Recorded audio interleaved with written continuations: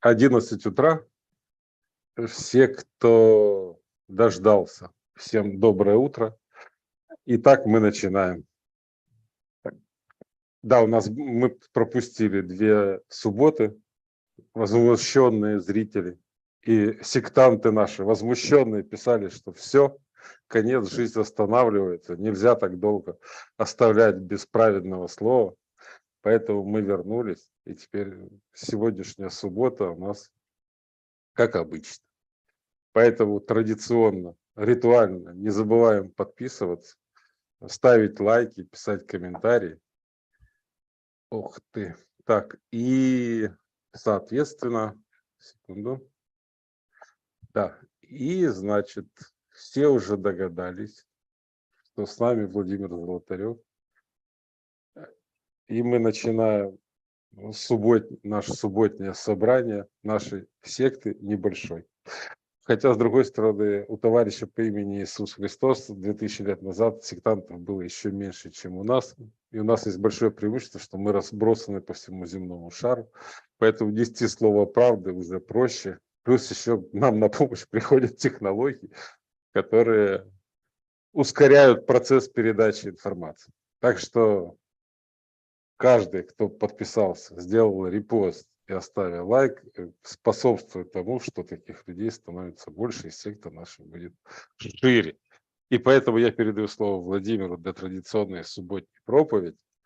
А все, кто нас дождался, не забываем писать вопросы, потому что я уверен, что за 3 недели у вас их скопилось достаточно много.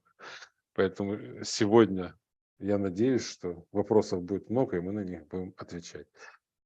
Ведем все себя активно, а пока передаю слово Владимиру. Ну что, я вот тут подумал и решил, что поскольку никто ничего не читает, то вот кидаешь человеку ссылку, там, почитай. Вот он не читает, а потом дальше продолжает спорить. Все равно на ту же самую тему. Вот. И сегодня поэтому будем говорить на вечную тему, значит, по поводу либертарианства, война, там, кто кого победит и так далее. То есть вот на основе того, что я там понаписывал в большой такой довольно-таки статье, которая идет предисловием к книжке под редакцией Хоппе, которая называется «Миф о национальной обороне». Вот поговорим сегодня о мифе о национальной обороне, в том числе и о том, конечно же, прежде всего, что будет, если государство нападет на свободную либертарианскую страну. Вот, поскольку это любимый вопрос, это главный вопрос на самом деле, в него все упирается.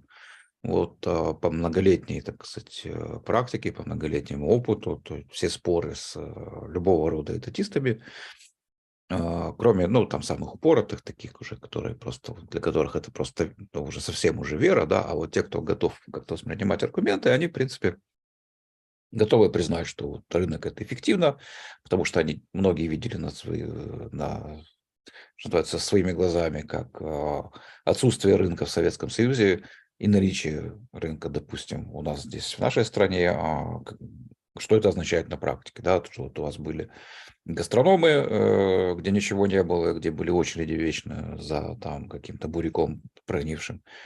Вот. А теперь у нас, значит, супермаркеты, где ты ходишь, значит, между там какими-то тысячами вариантов там разных продуктов, вот, и еще морщишь носик, значит, что вот оно тут немножко дороже, чем ты думал, там, или еще что-нибудь, там, и не той фирмы, вот, и так далее, и так далее, и так далее. То есть между одним и другим на самом деле пропасть, да, то есть возьми советского человека, помести его, вот, просто перенеси его на машине времени в наш, значит, супермаркет, к которому мы привыкли, даже в обычный сельский маркет, вот этот вот несчастный, который тут у нас в селе.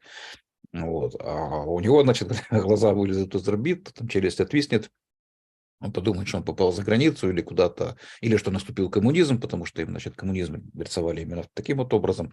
Вот. Но как бы для него это будет шок, так или иначе, да, то есть, и, собственно говоря, вопрос состоит вот в чем, а почему у нас мы можем, так сказать, продавать бананы, там, хлеб и прочее, вот таким образом производить и продавать, да, почему мы не можем это делать со всеми остальными услугами, почему есть какие-то отдельные услуги, которые якобы государство вот должно, так сказать, делать. Ну и понятно, что тут интересно, что каждый этатист предъявит свой список таких вот обязательных услуг, но в них вот всегда будет, конечно же, оборона. Вот. И фактически, если говорить с этатистами об обороне, то их тезис, в общем-то, сводится к тому, что в случае войны государство всегда будет иметь преимущество. То есть, да, они могут признать, что там слабое государство может проиграть сильному, допустим, обществу без государства, но вот в государстве есть что-то такое волшебное, что всегда дает как бы преимущество военное ему перед свободным обществом. Вот попробуем разобраться, есть ли это преимущество или нет. И что именно они имеют в виду, когда говорят об этом преимуществе, потому что, ну, как бы трудно понять, потому что сразу начинается закатывание глаз, там, и рассказы, ну, это же государство, вы же представляете, тут вот в чем именно, где экономически, скажем, тогда кроется вот тот секрет, на который они ссылаются, может быть, даже, так сказать, и не понимая его, да. Но для начала нам нужно буквально кратко выяснить, что такое государство, точнее, те его аспекты, о которых будет идти речь, потому что это вечная путаница, это вечная, как бы, так сказать, проблема. Вот, и мы много раз об этом говорили. И я вижу, как один из выходов, предлагаю еще рассматривать среди прочих аспектов государства технологический аспект. Потому что фактически то, что есть, это есть реализация некой технологии, да. То есть представим себе, что у нас нет государства и что есть группа людей вооруженных, которая хочет жить припеваючи за счет грабежа других людей. То есть что они должны сделать? То есть в чем заключается эта технология? Да? То есть им нужно захватить территорию, вот объявить своей некой территории столько, сколько они смогут удержать. Это первый этап. И второй этап, значит, всех людей на этой территории победить, понятное дело, в войне. Вот, третий этап – это, значит, обложить их регулярным налогом, таким, чтобы им хватало, значит, на жизнь, а вам хватало тоже на жизнь, как бы на обеспеченную. И вот вы регулярно, значит, с них собираете этот налог, да, то есть это не, то есть я просто хочу сказать, что мало кто знает, что на самом деле обычной практикой в доисторические, скажем так, времена это был геноцид. Да, то есть война велась, в общем-то, практически всегда с целью геноцида. Ну, не с целью геноцида, а, как правило, тоже пограбить, но она заканчивалась геноцидом. То есть приезжали разбойнички там или какое-то другое, одно племя на другое, вот, вырезали всех, кого видели, и отбирали, значит, все имущество, которое они находили. Вот так велись, значит, войны. Вот. И ноу-хау, да, этой технологии состоит в том, что зачем мы будем их всех вырезать? Да? То есть нам не надо их всех вырезать, нам надо просто тут, значит, победить самых сильных, вот, там утвердиться, значит, на этой территории, жить среди них, но мы для них будем как бы высшей кастой, они нам будут просто регулярно отдавать часть своего имущества и все. Вот, то есть понятно, что это требует определенного развития там, военных каких-то технологий и так далее, но вот на определенном этапе вот это вот начало. То есть это одна и та же технология, которая работает везде. В любом государстве вы это найдете. Вот, то есть контролируй территорию, собирай дань, и вот все, что нарастает вокруг этой технологии, да, есть просто следствие этой технологии. То есть все организации в виде армии, полиции, там, суда и так далее. Потому что следующий этап, понятно, нужно контролировать правовую систему, вот, которая сделает твой грабеж как бы законным, да, вот, и так далее, и так далее. Вот все это есть следствие реализации этой технологии. Второй, то есть банда, да, то есть банда, это есть, которая занимается рэкетом, который мы видели там в 90-х теоретически. Вот. Это есть, в общем-то, зародыш государства. Это есть, ну, практически государство, да, то есть вот, то же самое она делает. Если она выживает и расширяется, то это и будет государство. А второй аспект – это аспект, связанный с спонтанными порядками, потому что на уровне, как бы, если мы уже, ну, играем в методологический индивидуализм, то мы должны понимать, что нам где-то нужно увидеть в нем это государство, да, то есть поведение людей. Ну, вот. Оно существует у нас на уровне выбора в виде стимула, да, то есть мы уже много раз говорили, что стимул – это такие течения или ветра, значит, в море, да, и вот, да, кораблик может проплыть против течения и против ветра, но ему будет, конечно, очень тяжело, и мы просто говорим всегда, что вот если господствующие течения и ветра вот такие, то, конечно, в основном будет плыть вот так вот, а не так, как нам хочется. Вот. Так вот, вот эти стимулы создают, они искажают спонтанные порядки, то есть на уровне выбора человек будет делать выбор, учитывая существование государства, учитывая существование организованных вот этих, организованного принуждения и так далее, и так далее. И тем самым все эти спонтанные порядки будут идти, разворачиваться не так, как они делали бы, если бы этого не было ничего. Вот. И вот этот вот системный аспект, да, он тоже очень важен, да, потому что он именно на него опираясь, интуитивно даже, мы говорим, там государство делает, государство думает, там государство решает, государство выгодно, государство невыгодно, понимая прекрасно, что, конечно, такого субъекта нет, да, а что есть? Есть совокупное движение, скажем так, деятельности людей под вот этими вот стимулами, да. Вот. И это и есть тот самый вот Левиафан, которого заметил Гоббс, да, вот этот вот искусственный человек. То есть такое ощущение, что есть действительно некое существо, которое действует в своих интересах, вот, и всегда будет действовать вот таким образом, его деятельность можно предсказать. Вот это так называемый системный аспект, значит, государства. И, собственно говоря, это все, что нам надо. Да? То есть мы можем сразу просто сделать выводы, что государство у нас не нейтрально, вот основываясь на вот этих всех вещах. Да? То есть у него была цель его создания. То есть оно было создано с определенной целью, и вся система, которая существует вокруг него, может реализовать только эту цель, никакую другую. Вот. А все остальное является просто как бы, чем занимается государство, является просто маскировкой, оправданием своего существования и так далее, и так далее, и так далее. А давайте я буду там о детях заботиться, то есть, а давайте я буду там о стариках заботиться, а давайте я буду это, давайте буду то.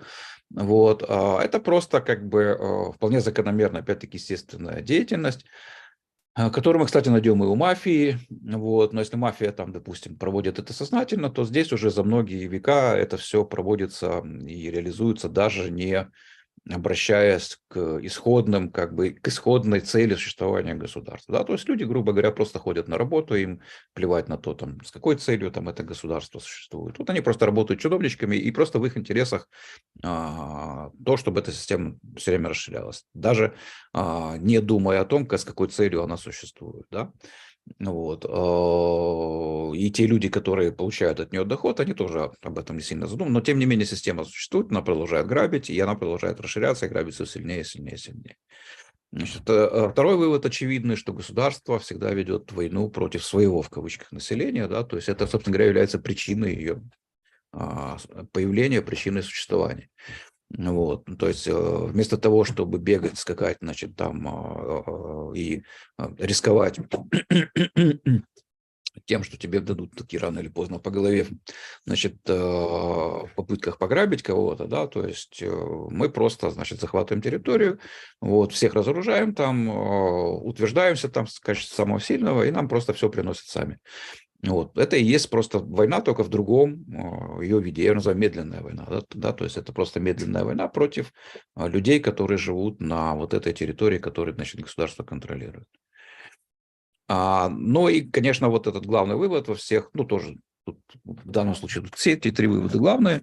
Это то, что государство не является самостоятельной сущностью. Да? То есть отпусти его в пустыню, оно помрет. Вот. Это не есть самостоятельная сущность. Это есть паразит, да, социальный паразит, который живет за счет эксплуатации как бы, общества. Это ставит очень важный на самом деле вопрос по поводу историографии господствующей, которая преподается в школе там и везде, собственно говоря, где делят на догосударственное общество, а потом появляется государство, сразу начинается вообще расцвет, все цветет, пахнет, значит, и так далее. То есть государство рассматривается как этап становления общества, цивилизации. Вот. На самом деле нет. На самом деле государство не есть этап, то есть общество действительно можно выделить там какие-то этапы, да, там, начиная от семей и там родов, которые бродили, значит, там охотники, собиратели и так далее. Вот. Все более и более сложные, организованные. Вот, кланы, племена там, ну, опять-таки мы говорили об этом, возьмите Исландию, Ирландию средневековую, и то есть как бы анархистское, условно говоря, общество, но они очень сильно отличаются друг от друга, да, то есть они могут быть организованы по-разному, это все действительно надо изучать, это интересно, вот, то есть общество продолжает существовать, оно продолжает существоваться, но не меняется тогда от того, что появляется государство. То есть, да, государство ему мешает его развитию и так далее. Вот, но оно не заменяет общество собой. Вот это важно понимать, да. То есть, когда мы говорим, что вот государство воюет со свободным обществом, мы должны понимать, что речь идет о том, что война происходит между обществом и обществом, где есть государство. То есть общество с паразитом и общество без паразита. Вот что на самом деле происходит. То есть, если мы общество без государства жить может, да, а государство без общества, то есть вот эта банда, если ее вызнать и не дать ей где-то паразитировать, она либо сама превратится в общество, да, то есть начнет заниматься полезной деятельностью какой-то, вот, чтобы выжить, да, либо они вымрут, эти люди, да, то есть вот это вот у кого-то была сказка, у какого-то, по-моему, то ли Салтыков-Щедрин, там, как мужик двух генералов прокормил. Вот два генерала попали на необитаемый остров, вот, и им, значит, сильно повезло, что они нашли там мужика, который их, собственно говоря, кормил. Если бы нет, так они подохли там, да, потому что сами они ничего не могут, не умеют, вот, они хотят, то есть это система, которая не существует сама по себе, и нужно на ком-то паразитировать. Вот, еще раз говорю, то есть либо они превращаются в общество тогда, либо они исчезают. Вот, поэтому, когда говорят, что там вот там государство будет воевать, то воевать там государство само по себе не может. Оно всегда отдает приказы, оно просто использует то общество, с помощью которого оно, так сказать, на котором оно паразитирует. Да? Ну и четвертый вывод, конечно, важный, и это то, что государство всегда расширяется. То есть это остановить нельзя, это чисто праксиологическая вещь, вот, как и любая другая человеческая деятельность, да, то есть оно всегда стремится к расширению. То есть любой чиновник стремится всегда получить больше бюджет, всегда стремится увеличить штат своих, так сказать, сотрудников, всегда стремится занять более высокое место в этой своей там иерархии и так далее, и так далее, и так далее. Теперь, собственно говоря, как выглядит на самом деле война с точки зрения либертарианства, когда два государства между собой дерутся. Прежде всего, мы скажем то, что существует не два, а четыре субъекта для либертарианцев. Да? То есть вот эта вечная путаница, там Украина, там Тарали-Вали, вот Россия, значит, напала. Никакая Россия ни на кого не нападала. Никакая Украина не защищает. Да? То есть общество, есть государство. Это две разные сущности, хотя, конечно, пересекающиеся, связанные и так далее, но их праксиологическая сущность разная. Ну вот, и одно паразитирует на другом. То есть, ну вот в случае Украины и России, да, у нас есть украинское государство, которое ведет войну против украинцев, у нас есть русское государство, которое ведет войну против русских, у нас есть русское государство, которое напало, является агрессором и по отношению к украинскому государству, и по отношению к украинцам. И тут, внимание, на самом деле состояние, правильное вот описание войны нужно описывать вот это в матрице простой 2 на 2, потому что могут быть совершенно разные ситуации. Да? То есть там одно государство напало на другое государство, но может быть такая ситуация, когда народ, скажем так, да, вот там государство жертвы, ему либо все равно, либо он даже, например, приветствует вот этого агрессора. Да? То есть, например, государство некое напало на государство Б, вот, но при этом народ государства Б рад и доволен тому, что на него напало, значит, это государство А, потому что он надеется от него сдыхаться, и государство, значит, вернее, Б, и государство А ему нравится больше. Такая ситуация тоже может быть. Вот, сразу же, конечно же, ну и все другие варианты, которые могут существовать. Да. Единственное, что, значит, что всегда, какие пункты у нас этой матрицы исключаются, что народы друг на друга напасть не могут. Ну вот, потому что там, ну, то есть, собственно говоря, потому что, опять-таки, это очень размытое понятие. Вот, и субъектами они, конечно же, не являются. Это, конечно, следующий пункт, который нам надо сказать, потому что здесь сразу же либертарианская теория попадает в очень неприятное для себя положение, потому что мы только что говорили о методологическом индивидуализме, а какой же здесь может идти речь о каком методологическом индивидуализме, когда мы рассуждаем такими категориями, как народ. И вот эта слабость, конечно же, либертарианской теории здесь в настоящий момент, в настоящем месте, вот, потому что она не влезает в методологический индивидуализм, который же сама и проповедует, вот, и вынуждена оперировать такими размытыми, значит, вещами, как народ, да. Но это крайне, значит, другой теории у нас нет, да, все остальные еще хуже, вот, и мы должны просто думать о том, как нам развить эту теорию для того, чтобы она все-таки влезала в методологический индивидуализм, и с ее помощью мы могли, значит, описывать реальное состояние как бы событий, не делая каждый раз вот эти вот сложные, значит, движения, и рассказывая, что народ это то, народ это, потому что, ну, допустим, в случае русско-украинской войны, и это главная ошибка Путина, то, что он вообще никогда украинский народ не рассматривал. Вот, то есть для него вся проблема существовала только с киевской властью, да, тут есть в Киеве какие-то, значит, выскочки, которые там типа вот они там НАТО, фигата, вот это вот все эти легенды. Вот. И если их прогнать, то, значит, собственно говоря, мы там прекрасно себе заживем, поставим там Януковича, я не знаю, кого там угодно, вот, и все у нас будет хорошо. То есть эту ошибку он сделал 3 раза, он сделал ее, значит, даже 4. Он сделал ее на первом Майдане, он сделал ее на втором Майдане. После второго Майдана был, мы уже забыли, проект «Новороссия», где они хотели, опять-таки, используя всю ту же исходную позицию, что вот этого народа нет, это все только русские, значит, а их мутят проклятые нацики и, значит, вот рассказывают им, что они не русские. Но на самом деле эти люди встретят нас хлебом солью. Значит, Новороссия же тоже у него провалилась, да, благополучно. Вот, и уже только после того, как она провалилась везде, значит, они уже схватились за Донбасс, и только с помощью российских войск им этот Донбасс удалось удержать. То есть там бы она тоже провалился этот проект, потому что на самом деле даже жителям Донбасса нафиг не надо вот это вот вся, значит, Новороссия и все прочее. Вот, то есть здесь мы можем, по крайней мере, в случае нашей войны, мы можем сказать, что, ну, мы можем говорить о народе, да, то есть потому что позиция большинства людей, скажем так, она антироссийская, да, там будет антироссийская, они против того, чтобы Путин здесь правил, какой бы ни был там хороший, плохой Зеленский или кто угодно, это не имеет значения, главное, чтобы не было этого Путина. Вот, поэтому она присутствует, но могут быть войны, да, например, представим, что наша война идет с Польшей. Да, то есть как в таком случае мы будем рисовать эту нашу матрицу, какова будет позиция, значит, украинского народа и будет ли она вообще.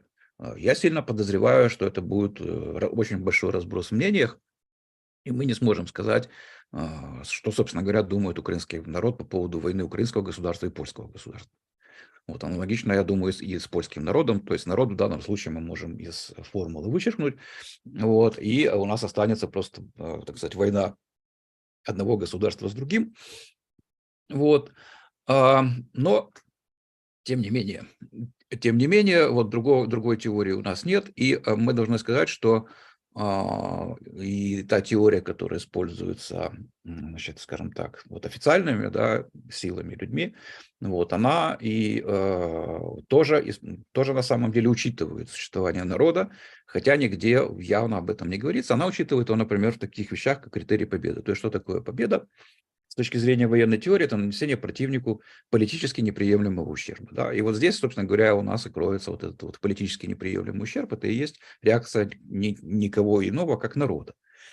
Потому что если представим себе, что у нас народа нет, а есть некие роботы, которыми управляют, значит, некие люди, которые себя называют государством, вот, то тогда у нас проблема уже сводится к чисто технически, кто больше этих роботов перебьет. Да? Но если мы говорим о политически неприемлемом ущербе, это означает, что все-таки существуют люди, и что они не согласны с текущим положением дел. Ну, собственно говоря, история это всегда подтверждает, и в истории мы видим массу примеров, когда, допустим, там агрессор начинает войну и сталкивается с сопротивлением потом внутри себя самого, своего собственного народа, который по разным причинам не хочет больше этой войны. Ну, вот там русско-японская война, например, да, вот, которая привела там к революции 905 года. То есть маленькая победоносная война вылилась в большое и некрасивое поражение, вот, что, в общем-то, привело к большим проблемам у русского царя.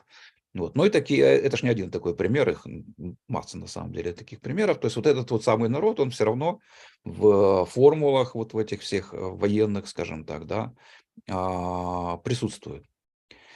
Вот. А теперь в отношении, в исходном отношении, как бы вот два государства собираются воевать, одно собирается напасть на другое, как это выглядит уже, тут мы можем сравнить свободное общество и несвободное, да, потому что в случае войны двух государств мы должны сразу сказать, что каждое из этих государств ведет войну еще и против своего народа, а потом уже и против другого государства или против другого государства и его народа тоже. Вот. То есть свободное общество уже отличается в выгодную сторону тем, что никто против него войны не ведет, да, поскольку государства нет, то есть мирное время никакой, так называемое мирное время, да, что такое мирное время? Мирное время в данном случае это ситуация, когда государство только одно единственное ведет против вас войну. Вот. А военное время, когда к этому добавляются еще как бы государства соседние, и даже иногда и его народ, да, потому что народу обычно пофиг, но бывает так, что народ, значит, горячо поддерживает свое государство-агрессор. Тогда становится еще тяжелее. Да, то есть в случае государств народ может получить одновременно 3 войны, то есть это война своего государства, война чужого государства против него, и еще и война и чужого народа, это максимум, что он может получить, а свободное общество может получить максимум 2 войны, да, то есть это война чужого государства и поддерживаемый его чужим, опять-таки, народом, который тоже хочет, значит, крови там и чего-то еще, и на что-то там рассчитывает. Ну, так вот, теперь мы переходим к главному, собственно, моменту, который я, значит, долго думал, вот, и выяснил, на что же, собственно, к чему можно свести ссылки этатистов на то, что государство всегда будет выиграть войну. Ссылки эти сводятся в итоге к тому, что государство может перекладывать издержки, и это, собственно говоря, его основная работа, своей деятельности на других. Да? Чего в свободном обществе у нас нет. Ну, там можно спорить по поводу корпорации, это такое дело, в данном случае это уже чисто технический момент. Вот. Но действительно общество с государством и общество без государства отличается радикально тем, что государство перекладывает задержки своей деятельности на общество. То есть государственные чиновники могут делать, что они хотят, да, то есть они, во-первых, эту армию собирают не за свои деньги, а за счет, значит, налогообложения. Вот, они сами в войне не участвуют, они, так сказать, опять-таки, потерь там и того прочего, значит, всего прочего, что, от чего страдают обычные люди, они не имеют. Ну вот для меня тут самый яркий пример разницы между чиновниками, ну и вообще правящим классом и обычным народом являются вот все эти истории с блокадой Ленинграда, так называемый, которую на самом деле Сталин организовал. Вот. Когда номенклатура там прекрасно жила, ела там сгущенку, там мандарины и апельсины, ну вот, а рядом, значит, был голод и там людоедство и все остальное прочее. Вот. То есть они тягот, грубо говоря, тягот войны они практически не несут. Они эти тяготы перекладывают на плечи других. Мало того, значит, этот самый народ, он же за них и воюет. Да? Казалось бы, вот идеальная ситуация. Это должно быть непоколебимым как бы, военным преимуществом.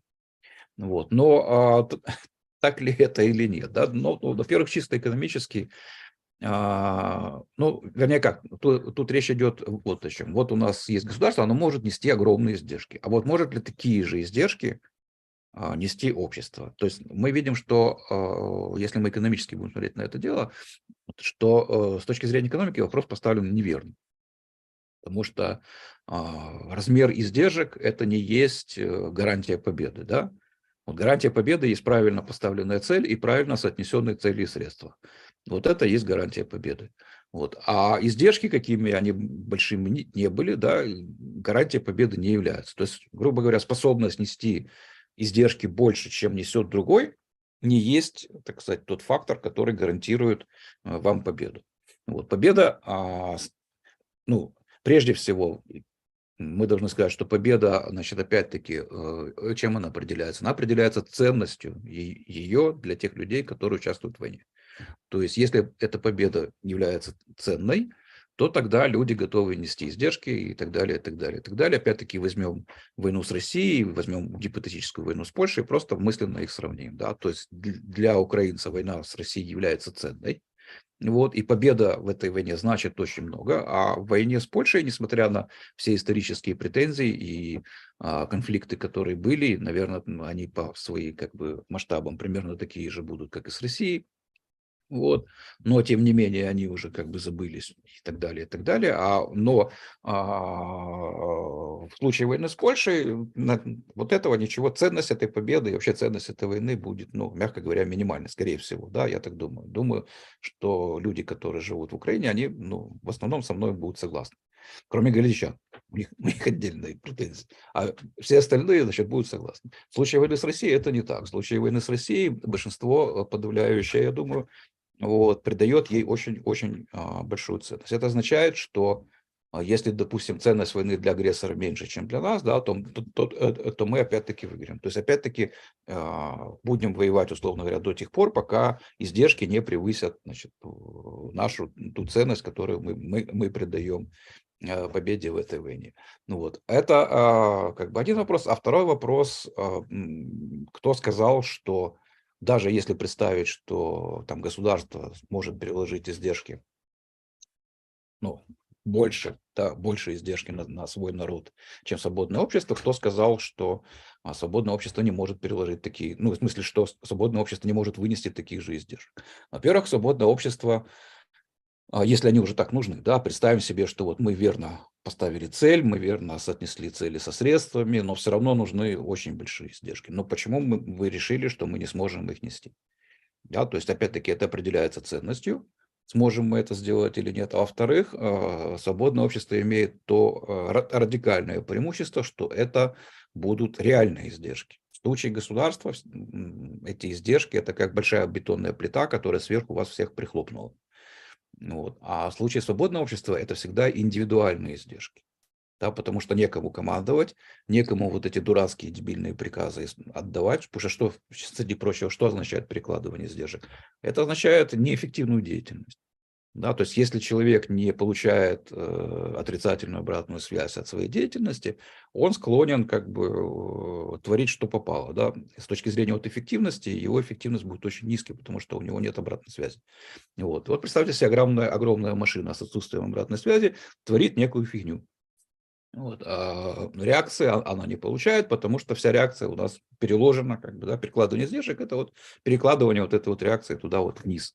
Ну вот, там людишки копошатся, значит, мрут, вот, эти ничего наверху не понимают, вот, а преимущество это, ну, я думаю все-таки, что нет, да, я думаю все-таки, что… А с другой стороны, ситуация, значит, в свободном обществе другая, да, то есть тут каждый принимает сам свои решения, там, организуясь, не организуясь и так далее. И каждый же получает обратную связь. Правильно он поступил, неправильно, можно ли лучше, как улучшить, давайте проверим и так далее, и так далее, и так далее. То есть здесь динамическая ситуация, которая отрабатывает эти издержки более эффективно. Потому что перекладывание издержек – это не есть отработка издержек. Да? То есть никаких выводов вот этот перекладывающий издержки своей деятельности сделать не может. Еще раз говорю, потому что у него нет обратной связи. Да? То есть он может нагнать кучу боевых рабов, но мы поставим пулеметик, и у вас боевых рабов не будет. То есть один наш пулеметчик, значит, перебьет, значит, половину армии там, какого-нибудь ксеркса. Вот, условно говоря, да. То есть, поэтому перекладывание издержек само по себе никакой победы государству не гарантирует.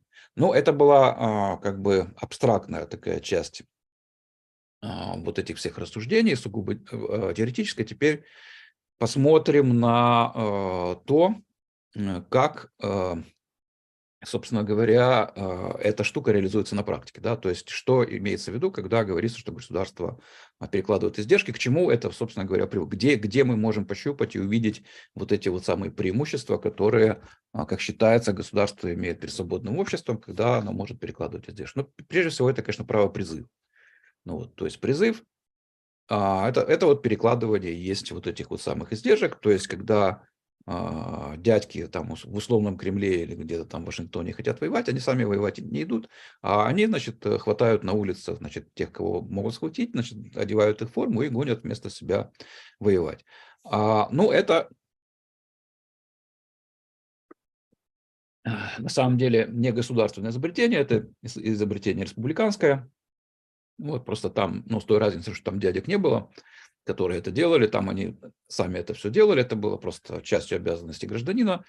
Вот. Ну и все, конечно, тут ссылаются на наполеоновские войны. Да, наполеоновские войны – это именно та ситуация, когда страна с военным призывом, да, то есть Франция, которая возомнила себя республикой, вот, и ввела там вот эти вот все штуки, то есть военный, всю эту военную обязанность, вот призыв, могла набирать огромное количество народа таким образом и воевать со всей Европой, значит, довольно долго.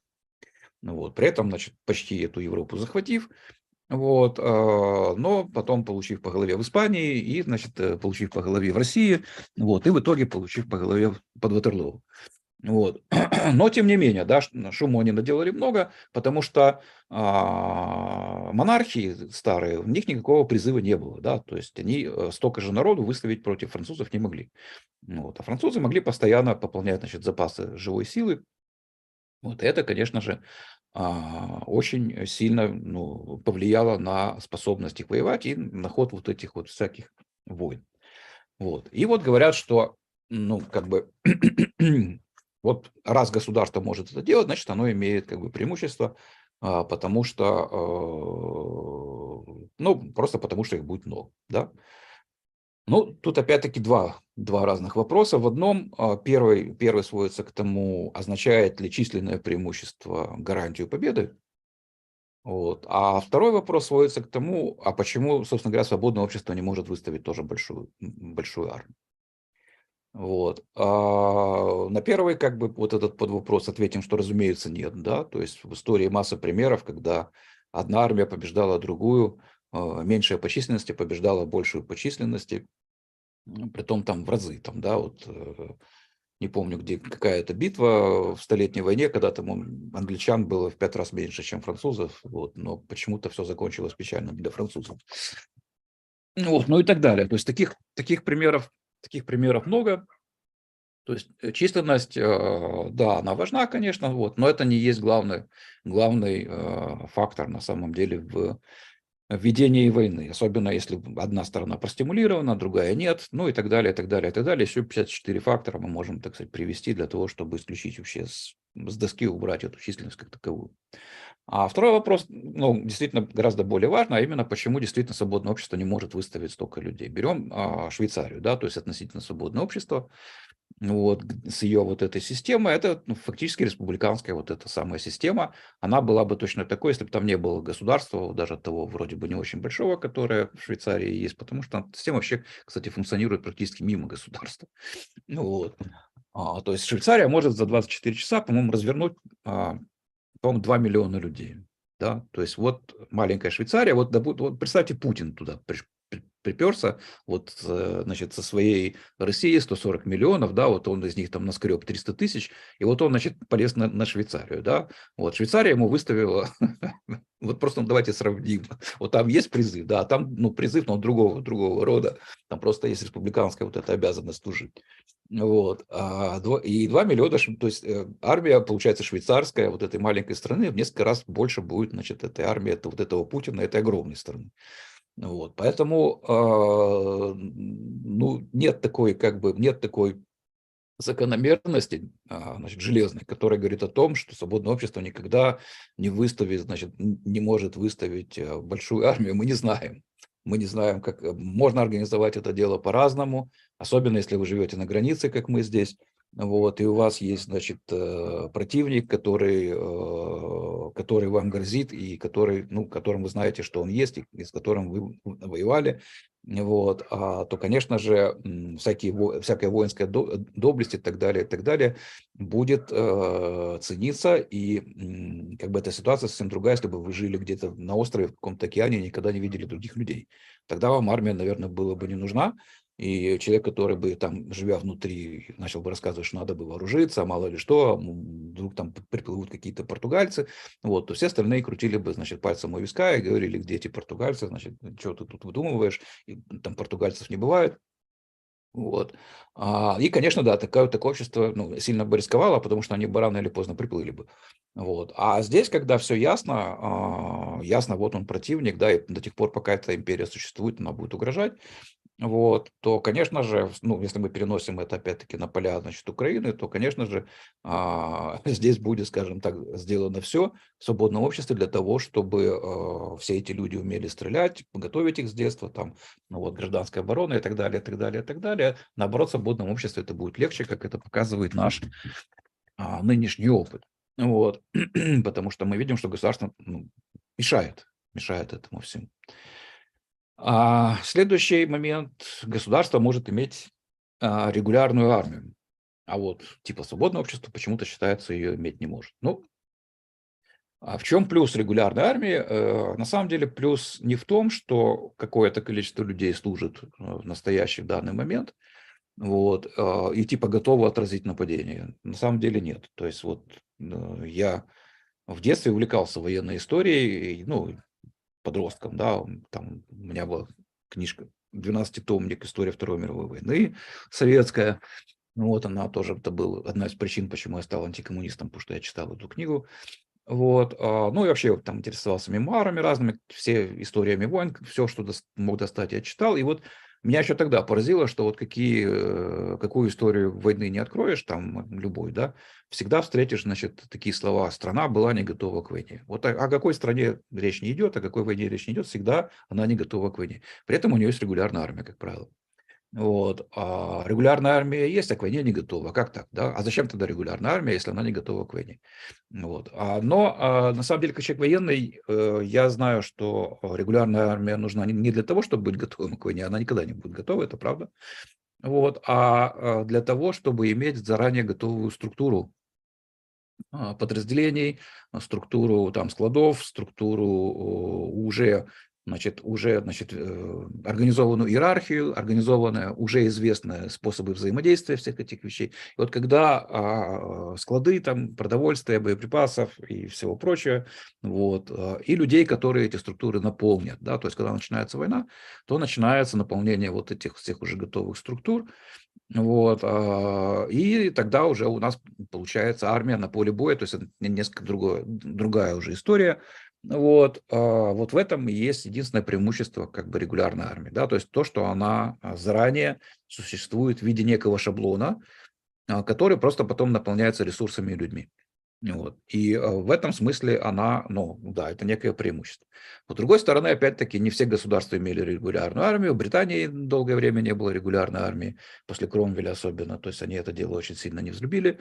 Вот. Американцы тоже там, и вообще англосаксонский мир, он очень скептически относился к регулярным армиям. Тем не менее, англосаксы войны выигрывали как-то без этого. Вот. Но и с другой стороны, те, кто имел регулярную армию, они тоже их проигрывали. Вот. И сейчас мы видим там регулярные армии Западной Европы, которые показали свою абсолютную беспомощность вот в ходе вот этого конфликта. Выяснились еще и то, что страны НАТО, мягко говоря, не готовы к войне, да, категорически не готовы.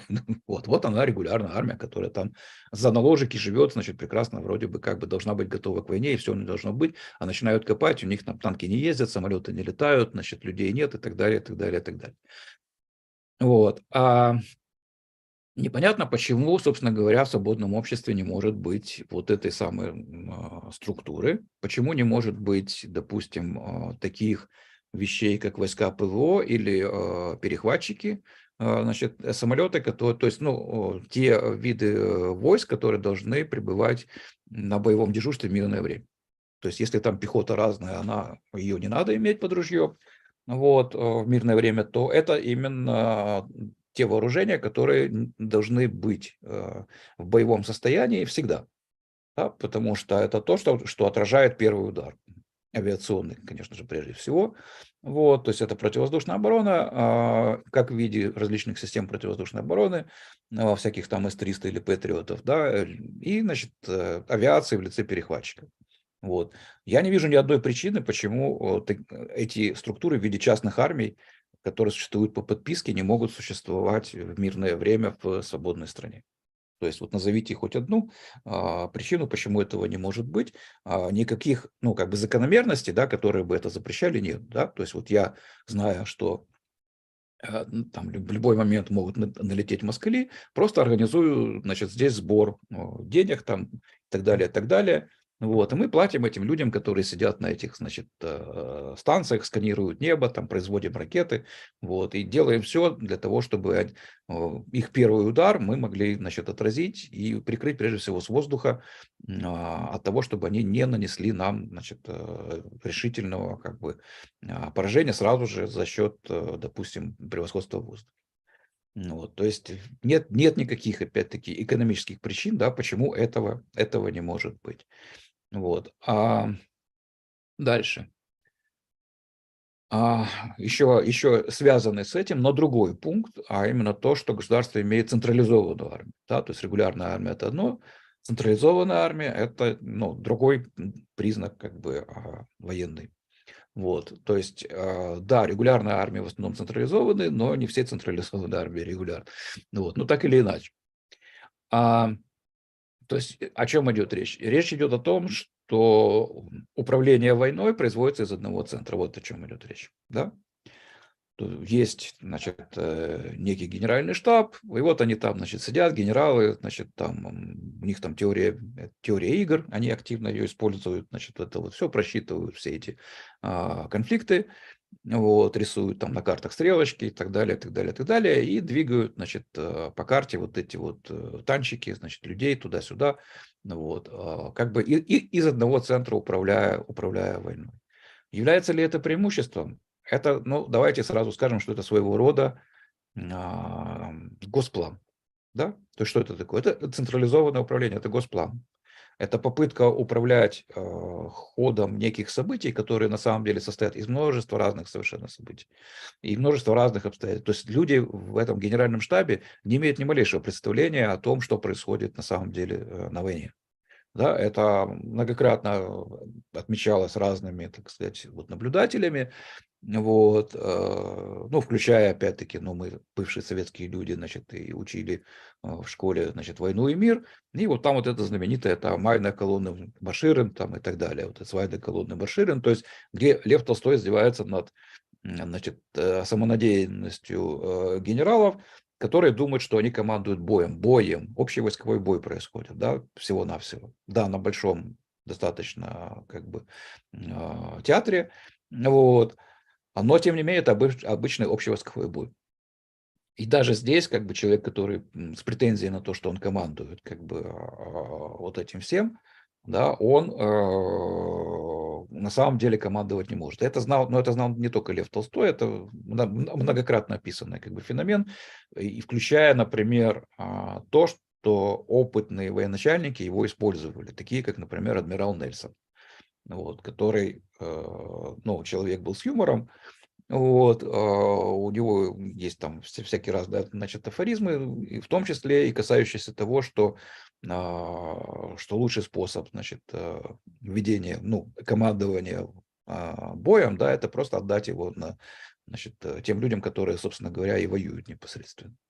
Вот, поэтому сама затея вот этого генерального штаба, она, ну, довольно сомнительная. То есть нам сейчас трудно представить, как может быть по-другому, там, и так далее. Но еще раз говорю, что простой аналог генерального штаба – это госплан Советского Союза. Да? И все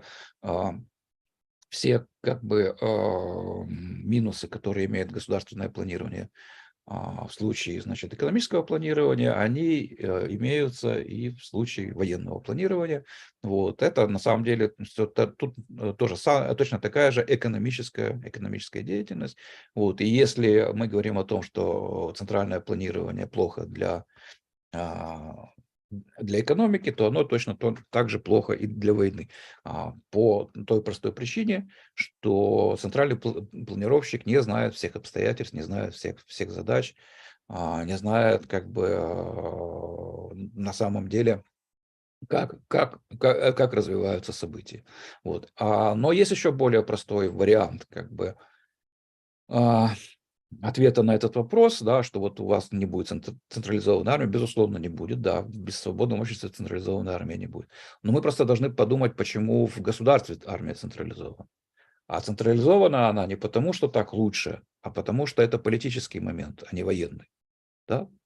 То есть, если у вас есть 2 или 3 государственных армии в рамках одного государства, то они, конечно же, обязательно подерутся между собой. Вот. И почему? Потому что существует вот эта вот власть, да, которую можно захватить. Да? Если у вас есть, и вы здесь самый сильный, вот, а там сидят, значит, у власти какие-то хлюпики в пиджачках, а вы, значит, здесь какой-то генерал, а там еще есть пару других генералов, и это самостоятельные структуры, вот, то, конечно же, между ними развернется конфликт за то, кто будет командовать вот этими хлюпиками. Вот. Потому что есть это уже система подавления, и за нее имеет смысл бороться. Да? То есть централизация вооруженных сил имеет политическую, а не военную причину в армии, в смысле в государстве. Вот. И поэтому любые рассказы о том, что вот вам нужен генеральный штаб и так далее, надо сразу отбрасывать по вот этим 2 моментам. То есть первое, что это все равно, что центральное планирование в экономике, и второе, что на самом деле это не военная причина наличия такого генерального штаба и вообще централизованной политической командования. Да? Почему вообще политики командуют там вообще этой армией? С какого хрена, собственно? Да? Опять-таки потому, что только по той простой причине, что чтобы не было чтобы армия подчинялась, условно говоря, политикам, а не наоборот. Вот. И для этого как минимум должна быть одна армия, а не 3 или 4.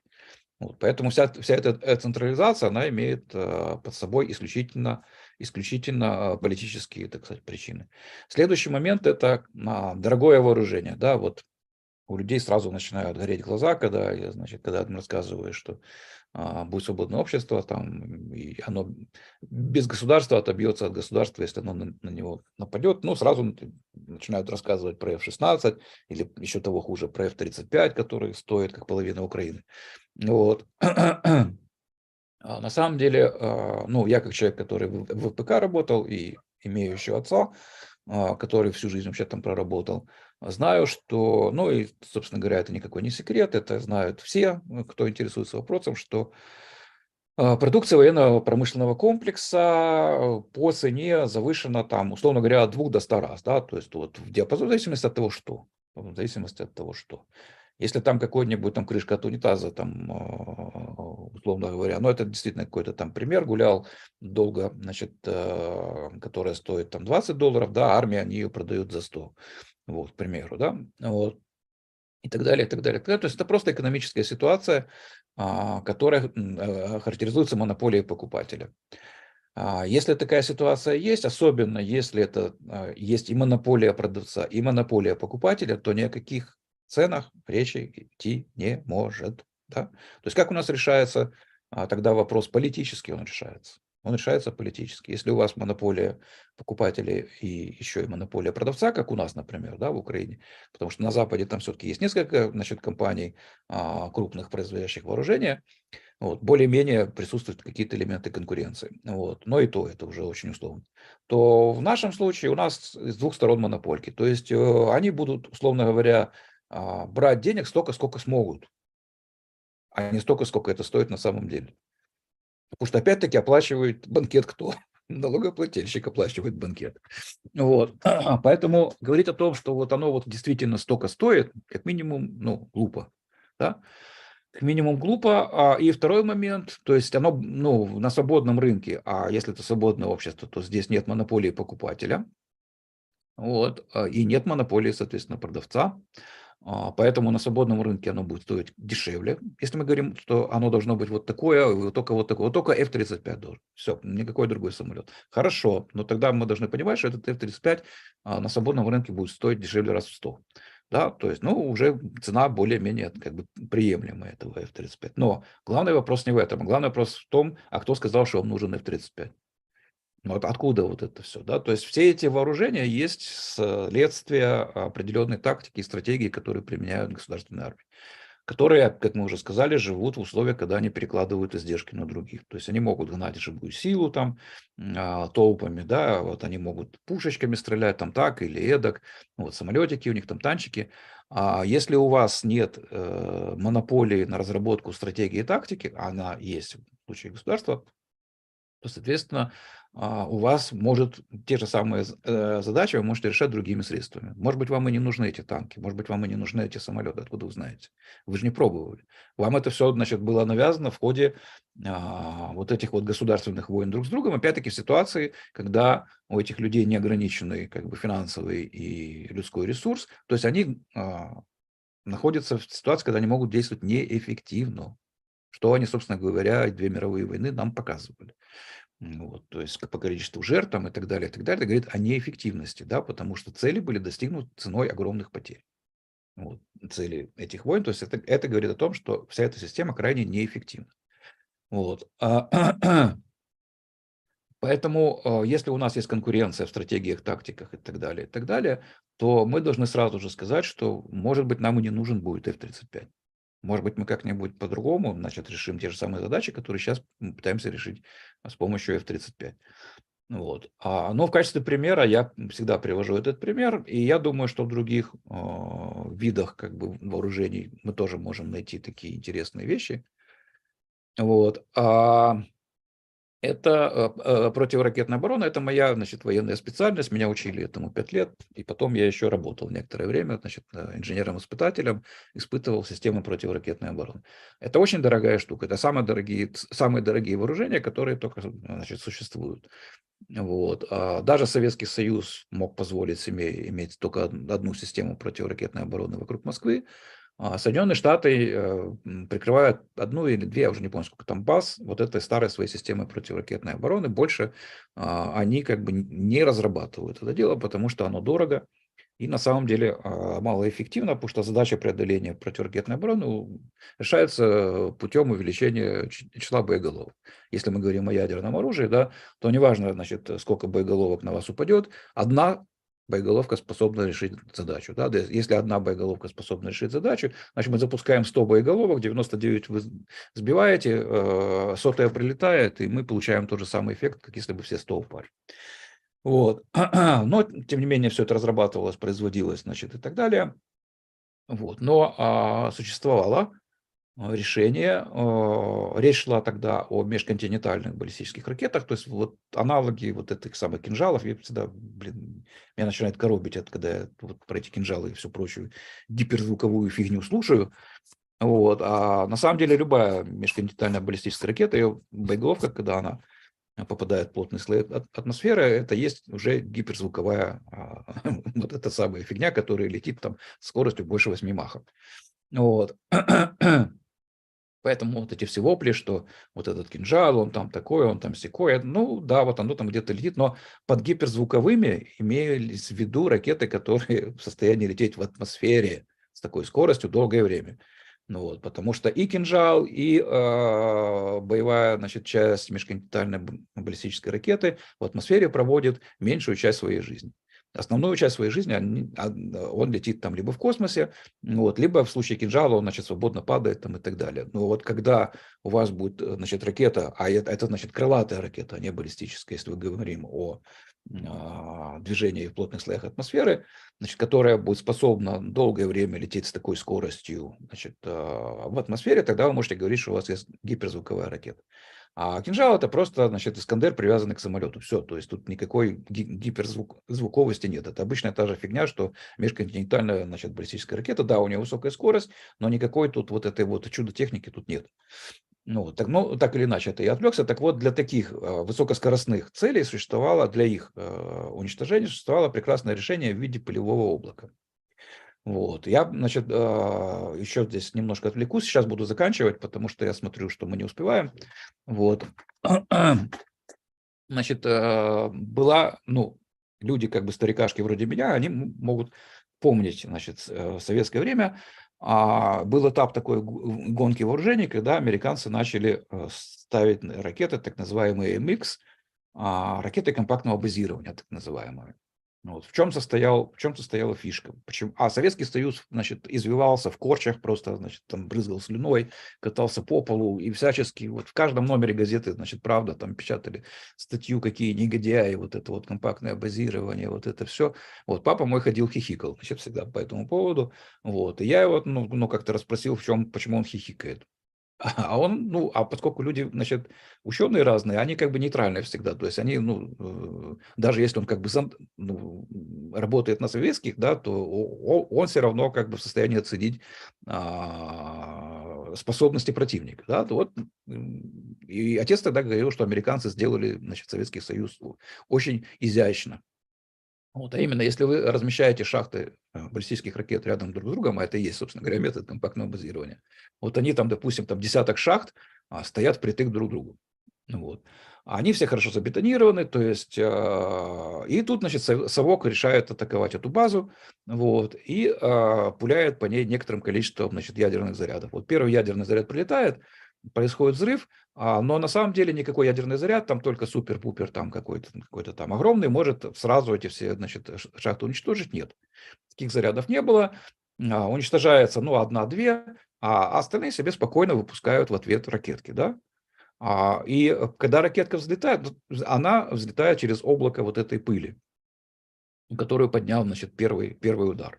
Вот. Для нее, как для объекта, который движется с относительно низкой скоростью, вот, эта пыль не представляет проблемы никакой. Она свободно вылетает через это пылевое облако и летит, значит, в сторону Кремля.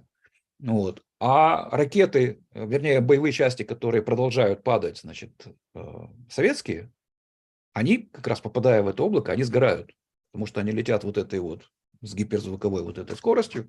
Вот. И для них любая пыль – это есть как бы помеха, которая приводит к тому, что они тупо сгорают в этом облаке. Вот. Таким образом, страна способна, имея метод компактного базирования по тем шаблонам ядерной войны, которые тогда были, предполагалось, что кто-то наносит первый удар, значит, гарантирует себе, что ответного удара не будет. А здесь получается, что будет. Да, то есть вы лишаетесь возможности нанести эффективный первый ядерный удар, потому что вы получите в ответ. Какую-то часть шахт вы уничтожите, но просто благодаря законам природы, значит, вот эти вот ракетки вылетят и, значит, тоже полетят все на Кремль там и туда, куда надо, и все. Вот. Так вот, противоракетная оборона через создание пылевых облаков рассматривалась как элемент, и она гораздо дешевле, чем та противоракетная оборона, которая есть сейчас в России и в США. Вот. Она, понятно, что на порядке дешевле, то есть ваша задача была только засечь как бы старт, вот, успеть распылить, значит, достаточное количество пыли над прикрываемым объектом. И что очень важно, что вам не нужно было, вы могли прикрыть, грубо говоря, любую цель. Вот противоракетная оборона сейчас России прикрывает только Москву, как я уже сказал. Противоракетная оборона США прикрывает там парочку военных баз.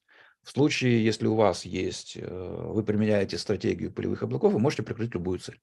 То есть вы можете вообще прикрыть всю свою страну от ядерной атаки, но, подчеркиваю, это ядерная атака исключительно баллистическими межконтинентальными ракетами, то есть высокоскоростными целями, высокоскоростными. Потому что от разных там крылатых вшивых ракет, вот этих вот всех там точек У и прочей вот этой всей пурги, оно, конечно, вас не защитит, вот, поскольку оно низкоскоростное, и оно в пыли не сгорит. А вот более серьезные такие вещи ядерные, значит, которые вот межконтинентальные боевые ракеты и, конечно же, гиперзвуковые, если они будут созданы, они, конечно, будут уничтожены в этих полевых облаках. То есть о чем мы говорим, что существует. И я уверен, что такие же решения есть и в других областях военного дела. Дешевые и эффективные решения, да, нестандартные, да. То есть, которые не ищут под фонарем, да, как вот противоракетная оборона, а давайте мы одну ракету будем сбивать другую. Вот это искать под фонарем. Да? А в данном случае, как бы это искать не под фонарем, это вот такое решение в виде полевых облаков. Вот, поэтому, возвращаясь к тому, что государство может делать дорогие вооружения, наверное, может, но опять-таки непонятно, почему свободное общество не может их делать, и мы должны понимать, что оно будет делать их дешевле, и что оно будет искать более эффективные и простые решения, как вот в примере с полевыми облаками. Вот. Я смотрю, уже 12 часов 3 минуты. Давайте я на этом сейчас закончу и посмотрим, может быть, мы потом уже закончим в следующий раз эти все истории. Я просто хочу еще, чтобы оно осталось где-то в записи. Вот, потому что люди не забыли буквы, вот, разучились читать, и по этой причине вот приходится озвучивать вот таким вот образом письменные тексты. Мы вернулись в эпоху этих самых сказаний, да, то есть у нас вот как оно называется, там даже какое-то слово есть, дописьменная вот эта вот эпоха, когда, значит, знания передаются устно. Вот мы опять в нее вернулись. Вот. Ну, раз так, ну, значит, будем иметь с этим дело. Все, у меня все на этом. Ну, тогда будем считать, что первая часть про частную армию мы закончили, потому что мы так и не дошли до, собственно, как воюют частные армии и армии свободного общества, точнее. Но, с другой стороны, можно особо не разговаривать об этом, потому что вся наша война, особенно первый этап, оно и показывает, что когда выдаются просто оружие, когда люди выходят и мочат колонны, не зная о том, что должны сдаваться. Ну, это же известно уже такой мем о том, что курсанты Нацгвардии просто не знали, что невозможно сбить такую колонну, невозможно разбить теми средствами, которые у них есть. И, собственно, весь Киевская область, Черниговская, весь север Украины, да и Харьковская операция, это же операции людей, которые просто не знали, что так воевать нельзя. Поэтому весь наш опыт показывает на самом деле совершенно противоположные вещи, которые пытались нам внушать очень долго, очень популярно. И государство только мешает воевать, и мы это знаем, мы это видим. Это от ареста волонтеров, ареста добровольцев, через которые мы уже проходили и снова начинаем проходить. Как только государство поняло, что можно воевать долго и упорно, и ничего не угрожает, то можно и зажимать. Можно включить камеры видеонаблюдения по всей стране, да, для того, чтобы просто вся информация о технике, которая перемещается, сразу уходила к врагу. Но почему бы? Ну, ментам же нельзя запретить собирать деньги за превышение скорости. Подумаешь, там вся информация ушла. Лучше мы 6 этих видеоблогеров поймаем, чем будем разбираться, кто, собственно, слил информацию о том, что повредили Патриот, и точно указали даже Скобеевое место, где Патриот стоял. Поэтому эта информация явно не от блогеров, а гораздо выше, и понятно, что слил ее совершенно другой человек. Заканчивая тем, что государственные договора, так называемые, запрещают бить по территории России техникой. И мы 11 ударов по Киеву только за май пережили, потому что мы не уничтожаем самолеты прямо на месте. Просто потому что нам запрещено. Мы должны ждать, пока прилетят ракеты, а мы их будем сбивать активно. Но то, что не собьем, то прилетит куда-то. Но это уже мелочь. Ну и, в принципе, куда бы мы ни ткнули, мы видим подтверждение именно слов о том, что армия свободного общества, она более эффективна. И если бы, возвращаясь к тезису о войне с Польшей, мы можем привести другой тезис. Например, если бы Великобритания решила присоединить Украину к себе, то вряд ли бы нашелся в Украине человек, который бы встал бы на защиту украинского государства. Ну, я, например, такого человека мне трудно представить, который бы возражал, что Великобритания присоединит Украину. Ну и не будем забывать, например, о партии присоединения к Америке, которая существовала очень долгое время, она такая маленькая была в Украине, но тем не менее ее идея о том, что нужно провести референдум о присоединении 51-м штатам к Соединенным Штатам, имела большую популярность. И я думаю, что сейчас, если провести референдум о присоединении к Штатам или Великобритании, результат будет практически стопроцентный. Поэтому тут насчет того, государства и общества, народ и партия едины, можем разговаривать очень долго, но практика подтверждает, практика у нас совершенно другая.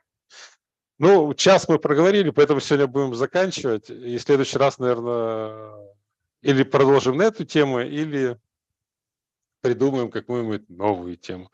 Вопросов к нам особых не было, кроме того, что если будет прорыв России, будет ли опять государство выдавать автоматы? Но я думаю, что да, будет. И снова все, что отобрали, будут пытаться мучительно вернуть обратно. Естественно, если в том случае, если не будут куплены там менты все уже с потрохами России, которые будут этому мешать. Мне так кажется. Да, Пока. я думаю, что да. Я думаю, что да, потому что, ну, цинизм как бы этого государства, ну, и любого, да, то сейчас вот в мире такой этап, когда они в открытую уже, не скрываясь, как бы не выплясывая никаких танцев, значит, там вот цинизм, он просто уже зашкаливает, то есть, ну, потому что нет никаких рациональных объяснений, вот тому, что, например, во время тревоги останавливается транспорт, и всех гонят куда-то в поле до улицы.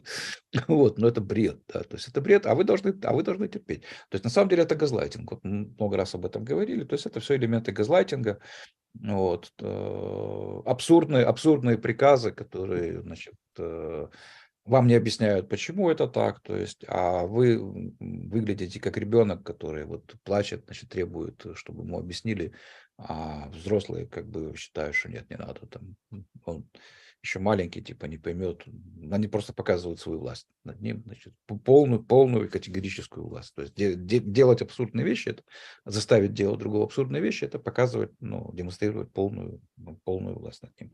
Вот сейчас они это все делают. Вот. Но я надеюсь, что они тоже свое когда-то отгребут.